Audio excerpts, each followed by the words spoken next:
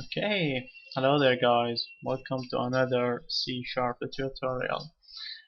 This tutorial we are gonna talk about if statements. Okay, so in the last tutorial we spoke about, last set of tutorials we spoke about defining string variables, integers, floating point numbers, and the modulus operator. And in this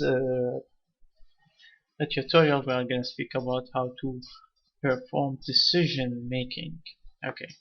So the simplest method, one of the methods to perform decision making is using if statement. And the format of this statement is like this. If some kind of condition goes here and the result will be here. And you end this with a semicolon. So let us start with a very simple example.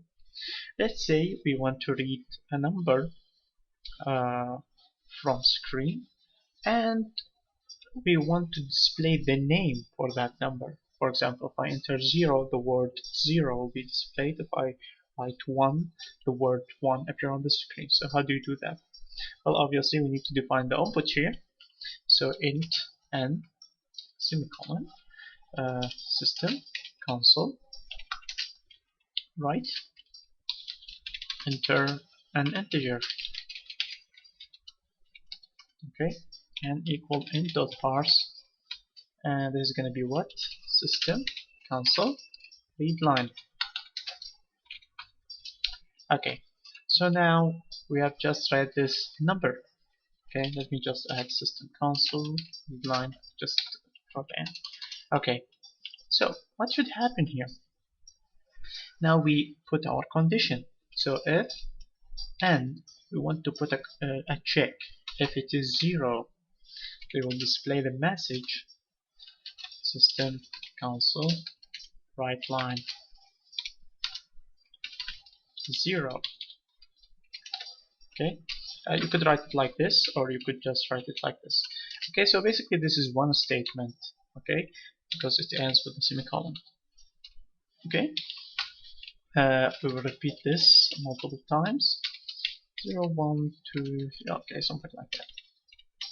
So 1, 2, 3, and 4. Okay, 3, 4.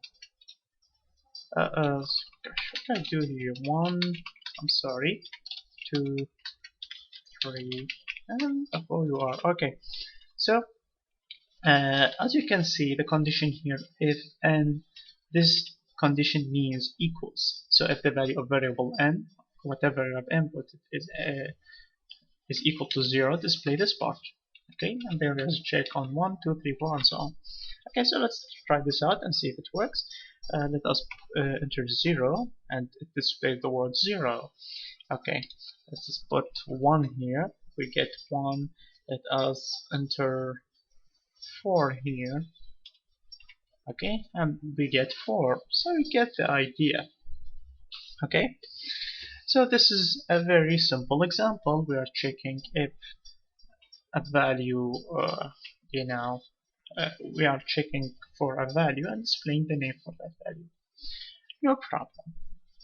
Now, let us change this a little bit. It is almost exactly the same example, but with just a naming. The naming is different. Let's say you're being asked to write a program where you enter the month number, and the program will tell you the name of the month. Okay, so it is exactly the same thing, almost the same thing. All you have to do is going to be 1, 2, 3, 4, 5, right? 6, 7, 8, 9, 10, 11, 12. Okay, so let me just change numbers here. Right now we are just experimenting with this. 9, 10, 11, 12. So something like that. There's gonna be January, February, March, April, June, GL1, right? JUL. I don't know which is has to be used, but anyway, August, September, October, November, uh, and I skipped some one of the months. Thank you very much, April. Oh yeah, so May, June, July, August, September, October, November, and December. Okay, so this is the same previous example. The only difference is the context of the number. What does it mean? Okay, so if the number means a month, and the value I displaying is different. Okay, so let us save this and let us run this here. And third month is March, second month is February, and so on. So you get the basic idea. Now, some people might think, well, since I'm writing system console write line, maybe this is the only statement to be followed to follow the if part. Well, this is not the case. We can make the program a little bit different. So I'm going to change this. Okay, it will have the same effect but implemented differently. So define a string variable here, string month name, or let's say m. Okay, okay. So here, what are we gonna do? We're gonna make m an empty string. So what's gonna happen here is instead of the writing the message, we will set the variable itself. Okay, so we have m equals February, as you can see here. Sorry. Okay, m equals March. Okay, m equal April. Okay, and m equals June, m equals July, and so on. So I won't finish the others, I will just stop here. Okay, repeat the same patterns for a pattern for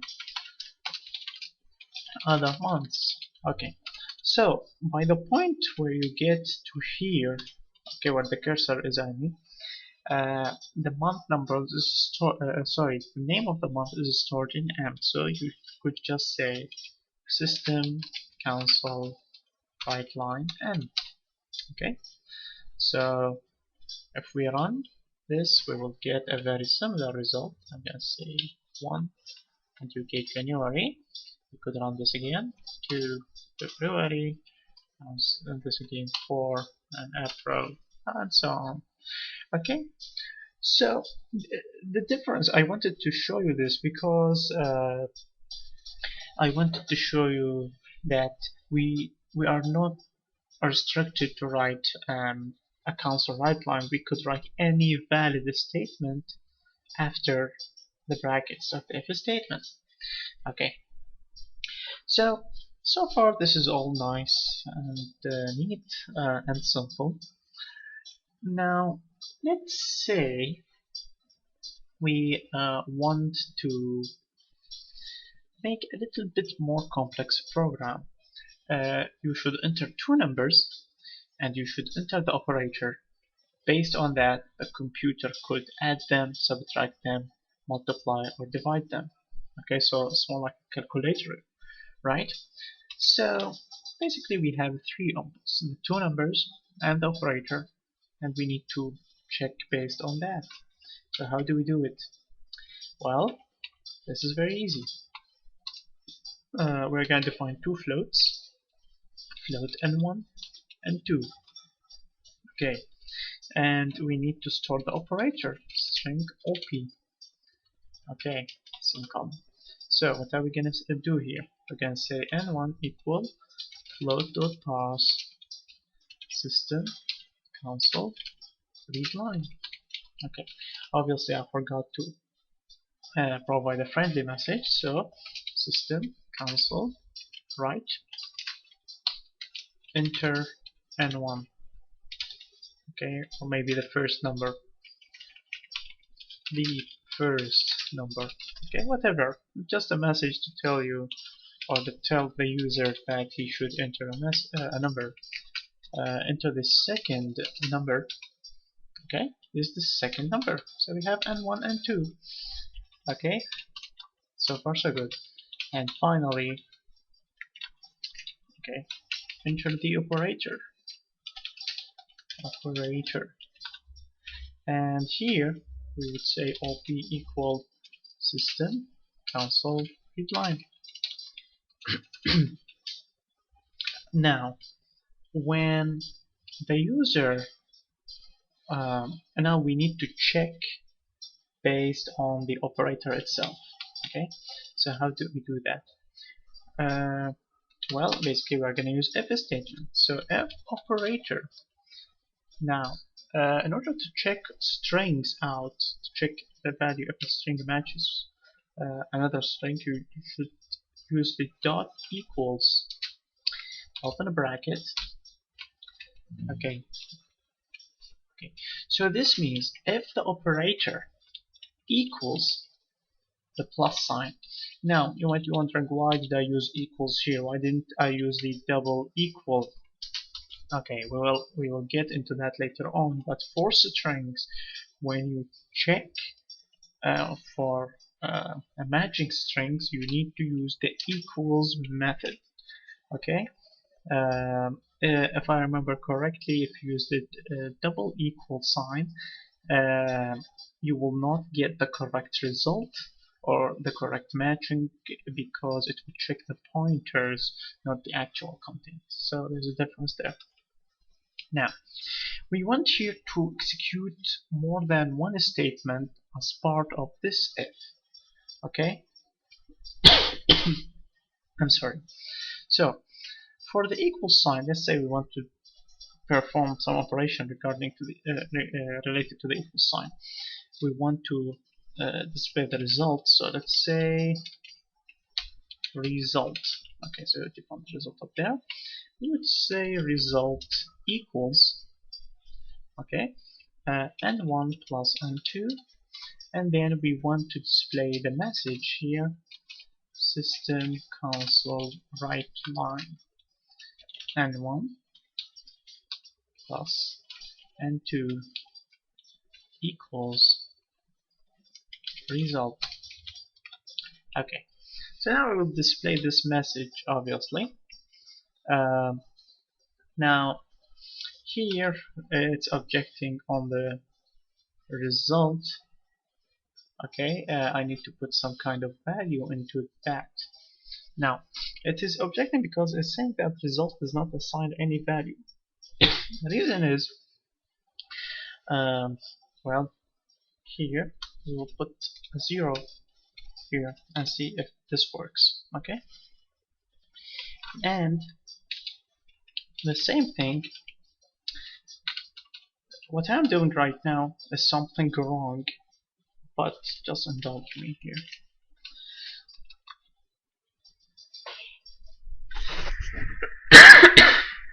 I'm sorry. Okay, so this is the second check.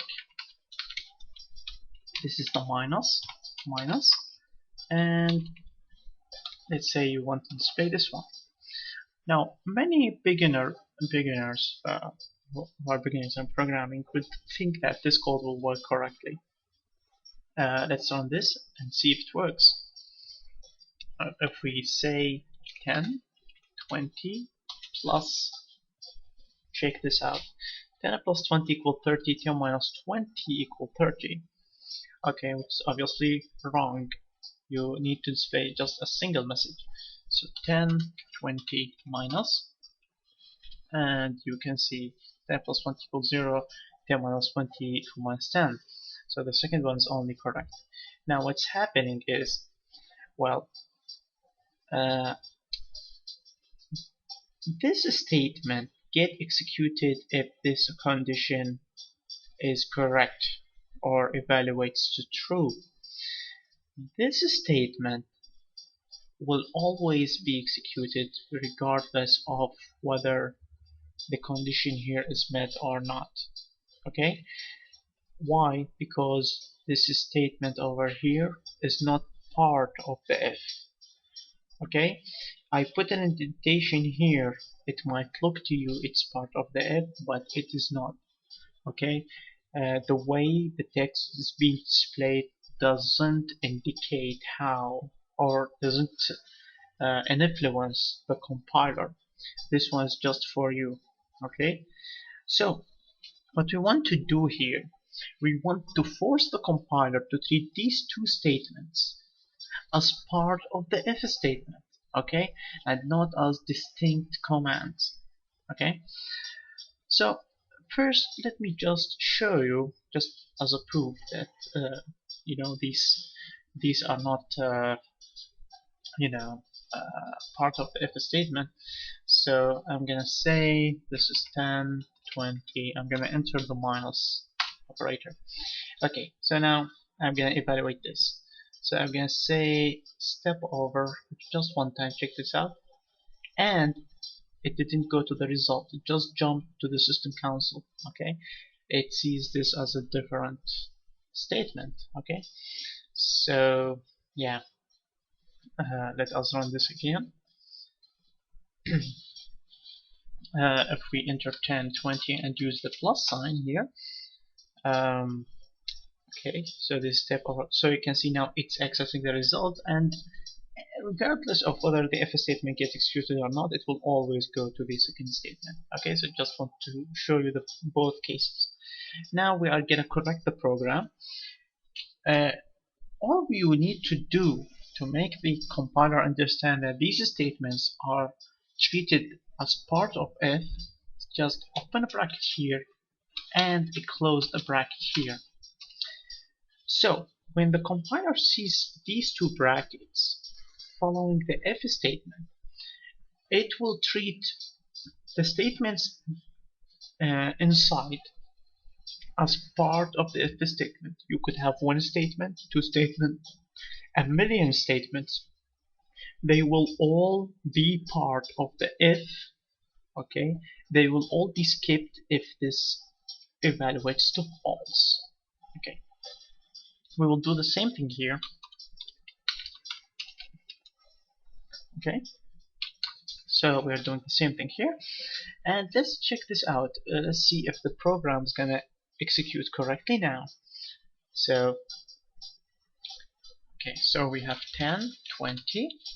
I'm gonna enter minus, and now you get only one result, which is exactly the command we just entered. So 10 minus 20 equals minus 10. Okay, and let's run this. So we have 10, 20. Now we enter plus, and it's working fine. And in order to show you a little bit more what's happening, I'm putting a breakpoint here. Let's choose 10, 20. Let's say we want, oops, I'm very sorry about that. Okay, let's enter the minus operator and press enter. Okay, so now it's gonna check the condition. So step. Okay, so you see it just jumped this part because the statement evaluates to false. Okay, so now we evaluate this one. You can see now it's entering and executing the statements one after the other. Okay, so I think this gives you a good idea of what is happening here. Okay, so uh, so far what we have learned, in order to make a check or conditional execution, we use the if statement. We write if, between two brackets we put our condition, and then we specify what need to be done. Okay, and basically we could open a bracket, close a bracket to list a number of statements that should be executed after the if part. Okay, and so far we checked what we checked. Uh, strings using the value of a string. We checked the equality of a number. Now let us work on another example. Okay, this time let's say you want your program to read two numbers and display the maximum number. So I'm gonna update this code here now. Okay, so how do you do that? Sorry about that. Sorry. How do you check for the maximum? Okay, so all we have to do, we can say float max. Okay, uh, okay, some color. Okay, and let's put this equals n1. So here we are assuming the first number is the maximum number. We could do this. We could just say if n2 is greater than n1. In that case, max equal n2. It's as simple as that. Okay, so let's check the logic here. You assume the first number is the maximum number. If the second number is greater than what you have, then update max. This is what it means. And now we just say system console write line the max number is, sorry, max. It's as simple as that. Okay. So let us try and run this code. I always enter 10 followed by 20. The maximum number is 20. So let us try something else. Uh, 90 followed by 3, and it is getting 90, and so on. Okay. So I think this should give you a good idea of if statement. Before moving on, I think we need to practice a little bit more.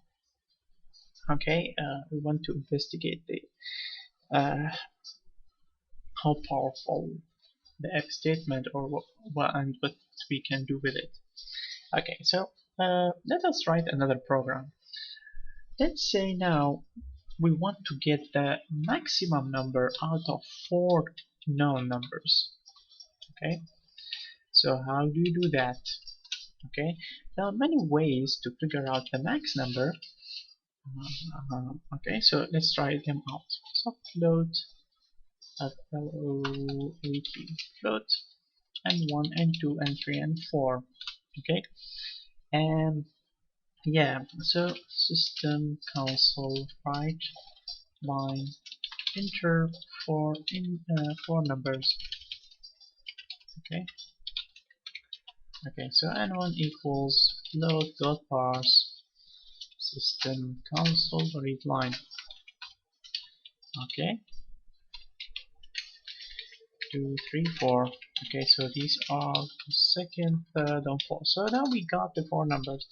So now you could find the maximum number many ways. Now let's start with the simplest method. Okay, and probably the most inefficient method. So if n1 is greater than n2, and now you want to have another check, you could write it like this. Okay, so if n1 is greater than n3. Okay, so if n1 is greater than n4, in that case system console write line n1. Okay,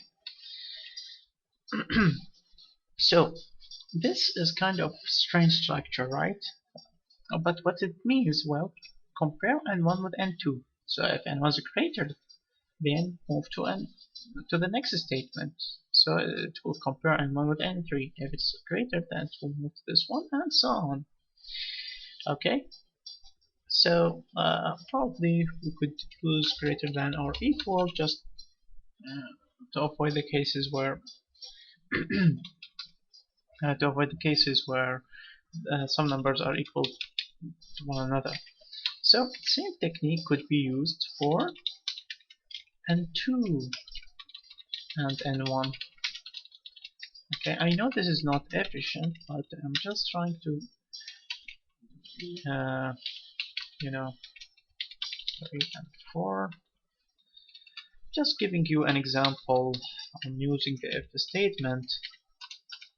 Okay, so here is going to be n3 and 3 and 2,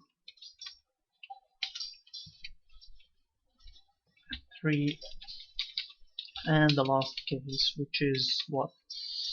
N4. So we check on 4 with N1, 4, and this on 4, say, and oh wait, N3, and you display on 4. Okay, so you could write it like that. Okay, obviously this is a very uh, relatively more complex code and lots of work. It's not easy to understand when you look at it, but let's check it out and see if it works first. So let's say I enter 10, 90. Oh, oops, I did something wrong, I think. Yeah, I should have entered each number on a separate line. I'm sorry. So let's say 90, 34. Okay, so the maximum number is 90. Let's try this out. So 80, 21, 999. Okay, so the maximum is 999 as you can see. Okay, so it is working. But one of the things, we don't have to write it like that. You could combine multiple conditions together. Well, if you think about it, this statement would get executed when this condition is true, and this condition is true, and this condition is true.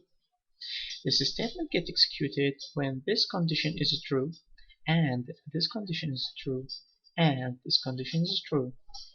And this statement is executed when this condition is true, this condition is true, this condition is true, and so on. So there is a better way to write it. How do you do that? Well, I'm gonna rewrite this part. So if n1 greater than equal n2, and you could add an AND operator. AND. This means AND. n1 greater than equals n3, and n1 greater than equals n4.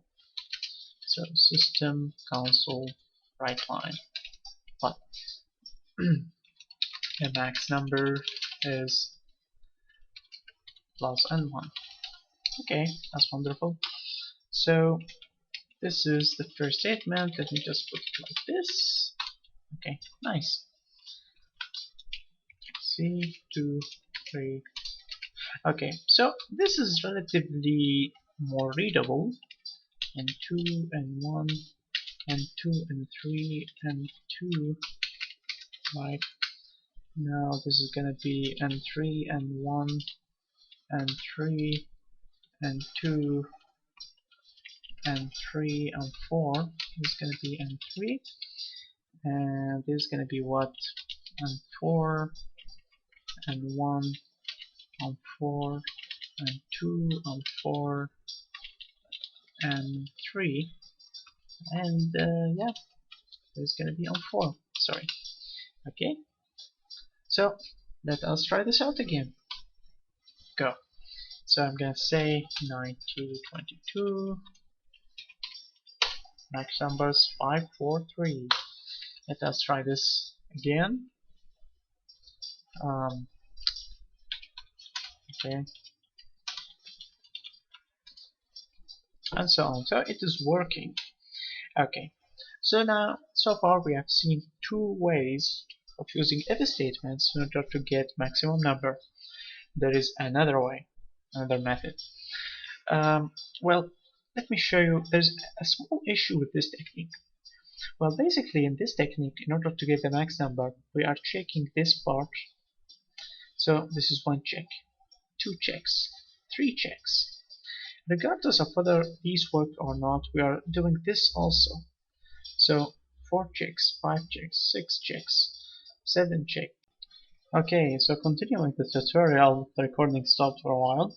Okay, so we said that we were talking about the number of comparisons here. So there is 1, 2, 3, okay, here, and there is another 3 here, so this is 6, there is another 3, so this is 9, so a total of 12 comparisons, okay. Well, basically we could reduce the number of comparisons here, okay. So how do we do that? Well, we could define float max equal n1. So if n2 is greater than max, in that case max equal n2. Okay, and if n3 is greater than max, then max equal n3, and if n4 is greater than max, then max equal n4. Okay, so here you check you could check how many comparisons we are doing here. We're doing 1, 2, 3 comparisons only in order to get the maximum number. And we could say system console right line the max number is plus max. Okay, so this is another way to find the maximum number. Okay, so yeah, so let's say 10, 90, 22, 30. The maximum number is 90. So it is working, as you can see. Okay, so I think that will be all for today's tutorial. Okay, so yeah, thanks for watching and have a nice day. Bye.